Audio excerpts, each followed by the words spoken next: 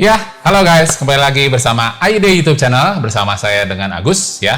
Kembali di sini saya akan membahas konten perihal insurance ya.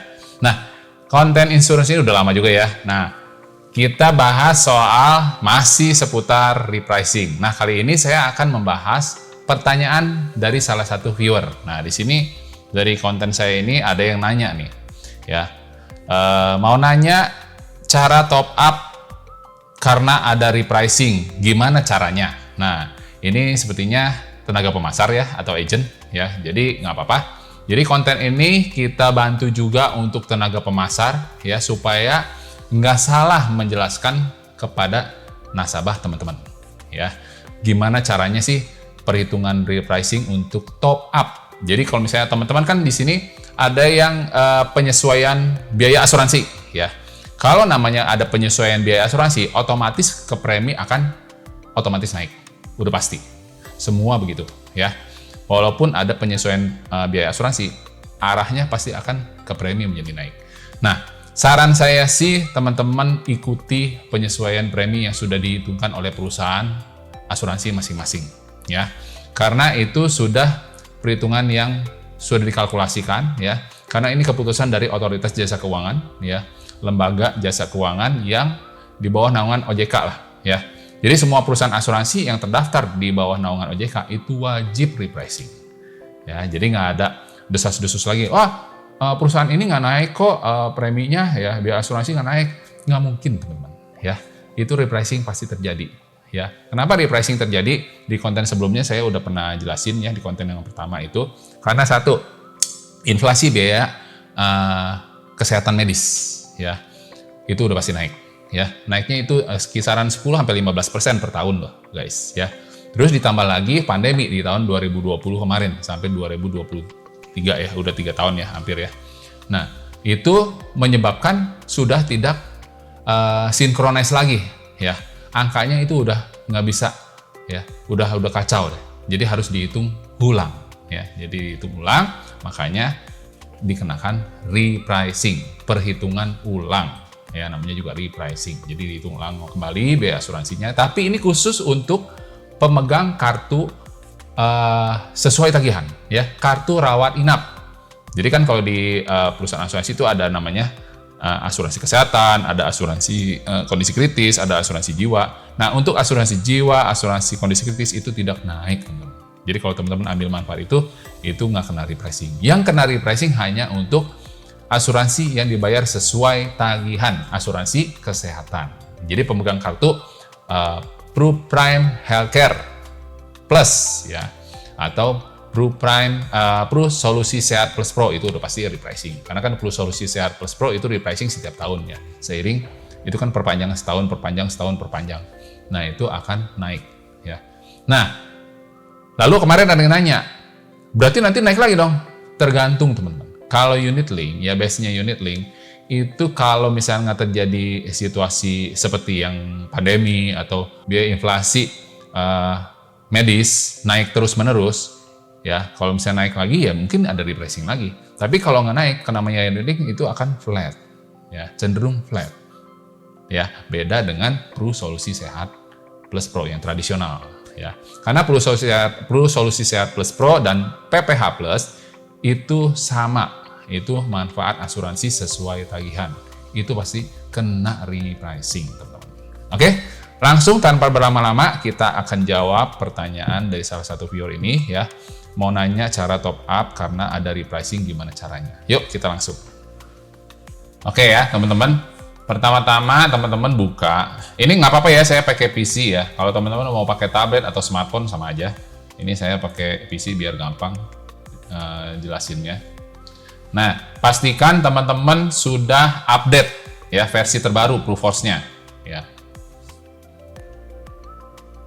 Nah, nanti ini saya screen-nya saya gedein dulu. Oke, teman-teman login ya. Teman-teman login.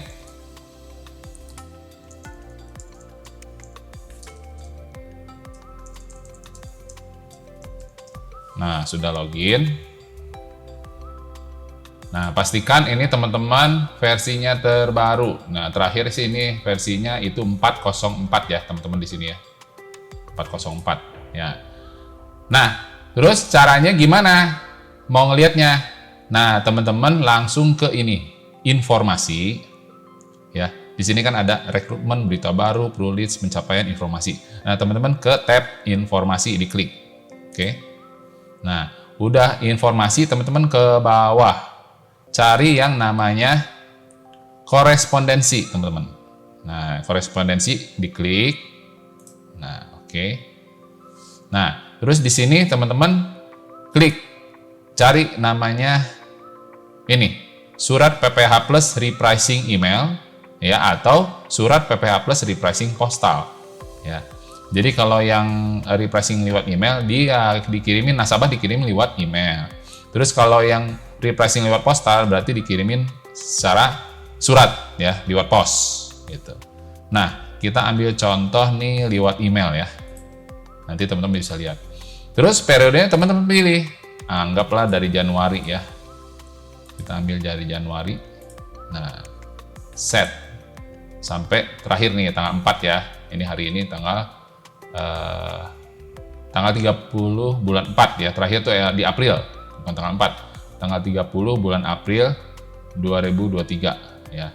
Terus contoh nih kita ambil siapa yang kena repricing ya. Oh iya, tapi sebelumnya teman-teman ya, sebelum ke sini, oke, saya mau jelasin dulu ya. Teman-teman ke sini dulu, ke bannernya dulu. Caranya gimana ke bannernya? Teman-teman ke beranda ya. Terus di sini kan ada banner segera konversi PPH Plus ke PPH Plus Pro ya. Ini konversi. Terus ada lagi penyesuaian kontribusi PPH Plus Syariah. Ada lagi penyesuaian premi PPH Plus jadi penyesuaian premi PPH Plus konvensional. Jadi teman-teman, di sini Prudential menawarkan ya untuk mau ikut penyesuaian premi atau segera konversi ini ke PPH Plus Pro ya. Ini ada penawaran ya. Tapi nggak semua teman-teman dapat, nasabahnya dapat PPH bisa konversi ke PPH Plus Pro. Rata-rata kalau yang udah pernah terjadi klaim itu cuman dapat penyesuaian premi, nggak dapat konversi, teman-teman ya. Nah, misalnya contoh nih, ambil yang konvensional lah ya, penyesuaian premi PPH Plus. Kalau misalnya teman-teman ada nasabah PPH Plus Syariah, teman-teman tinggal klik bannernya. Siapa-siapa aja nih yang nasabah Syariah teman-teman yang bisa penyesuaian premi, yang kena penyesuaian premi ya. Nah, ini kita ambil contoh yang konvensional ya. Kita klik bannernya.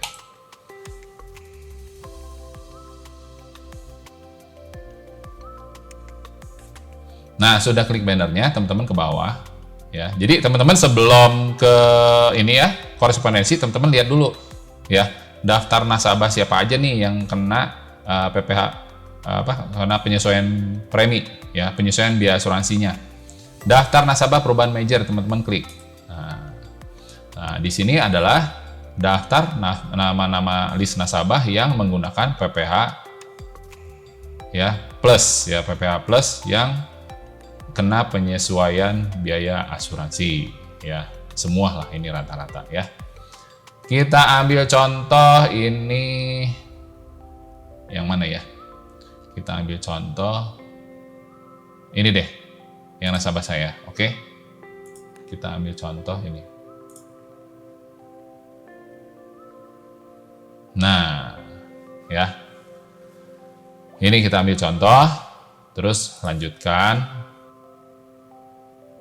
Nah, di sini teman-teman udah nggak bisa hitung-hitung ya, jadi sudah dihitungkan oleh perusahaan asuransi, ya. Jadi teman-teman nggak bisa mengubah uang pertanggungan. Di situ kan ada uang pertanggungannya atau manfaat-manfaat lain, itu nggak bisa. Jadi dia udah otomatis, teman-teman. Ya. Nah, ini udah dihitungkan. Nah, yang sebelah kiri, yang ini, ya. Yang ini yang sebelah kiri itu premi saat ini nih teman-teman. Premi nasabah saat ini Rp1.402.83. Nah, setelah penyesuaian biaya asuransi jadi Rp1.878.142 per bulanan ya. Ini kan total, ini contoh premi nasabah saya bulanan. Jadi nanti ini 1.878.142 nih ya, berarti ada kenaikan kurang lebih 400 ribuan. Ya, 400.000 lebih ya naiknya gitu. Nah, setelah begini gimana? Nah, teman-teman, ini kan total yang sudah dihitungkan nih, ya. Berarti jatuh temponya kapan? Teman-teman cek dulu, ya. Nasabah teman-teman jatuh temponya kapan? Nah, ini teman-teman bisa catat nih, ya. Contoh nasabah yang si Ibu A, ya, Ibu A ini yang tadinya preminya 1.402, jadi 83, jadi 1.878.142. Teman-teman catat. Nah, terus teman-teman lihat lagi, teman-teman balik lagi ke biaya asuransi, ya. Caranya gimana? Teman-teman klik ke beranda, terus lihat polis teman-teman, ya, polisnya, rincian polis, ke nama yang tadi. Nah, ini contoh ya. Nah, lihat jatuh temponya kapan. Nah, ini kita ambil contoh, dia jatuh tempo, tanggal jatuh tempo pembayaran preminya 24 April 2023. Nah, bulan ini ya. Nah, berarti bulan ini dia jatuh temponya. Nah, segera rubah ya. Nah, terus caranya lihatnya gimana suratnya itu di top up, ada top up apa enggak. Nah, baru teman-teman ke informasi teman-teman ya. Jadi kan teman-teman udah hitung tuh ya, bukan udah hitung sih, udah dapet angkanya ya 1.800.000 sekian. Nah, teman-teman udah dicatat. Terus teman-teman ke informasi. Nah, oke. Ke informasi ya. Terus teman-teman ke korespondensi. Ya, di sini ada korespondensi, teman-teman klik. Terus di sini jenis dokumennya teman-teman pilih yang penawaran ini, surat PPh Plus repricing email, ada surat PPh Plus repricing postal. Jadi ini ada dua nih, ya guys ya. Jadi kalau misalnya repricing email, dia dikirim lewat email. Ada juga yang nggak punya email kan langsung dikirim ke alamat langsung, ke alamat nasabah lewat pos. Kita ambil contoh yang repricing email. Nah, terus periodenya pilih aja dari awal tahun, ya dari tanggal 1 sampai terakhir kan nanti 30 April 2023. Terus sebutin tadi nama nasabahnya. Nah, ini kan. Oke. Nah, ini teman-teman tinggal klik. Tapi jangan lupa teman-teman catat dulu nih, ya passwordnya, ya. Itu terdiri dari 4 digit terakhir nomor polis nasabah teman-teman, 2 digit tanggal, sama 3 digit bulan lahir, ya. Nah, ini kan contohnya.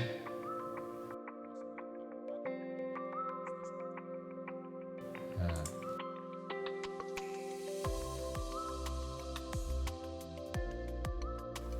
Jadi itu dalam bahasa Inggris ya teman-teman ya, pengetikan bulannya.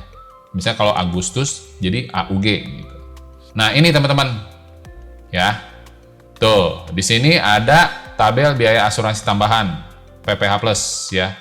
Sebelum peningkatan biaya asuransi ini yang sebelah kiri usia 39, 619.419 rupiah biaya asuransinya pada saat usia 39.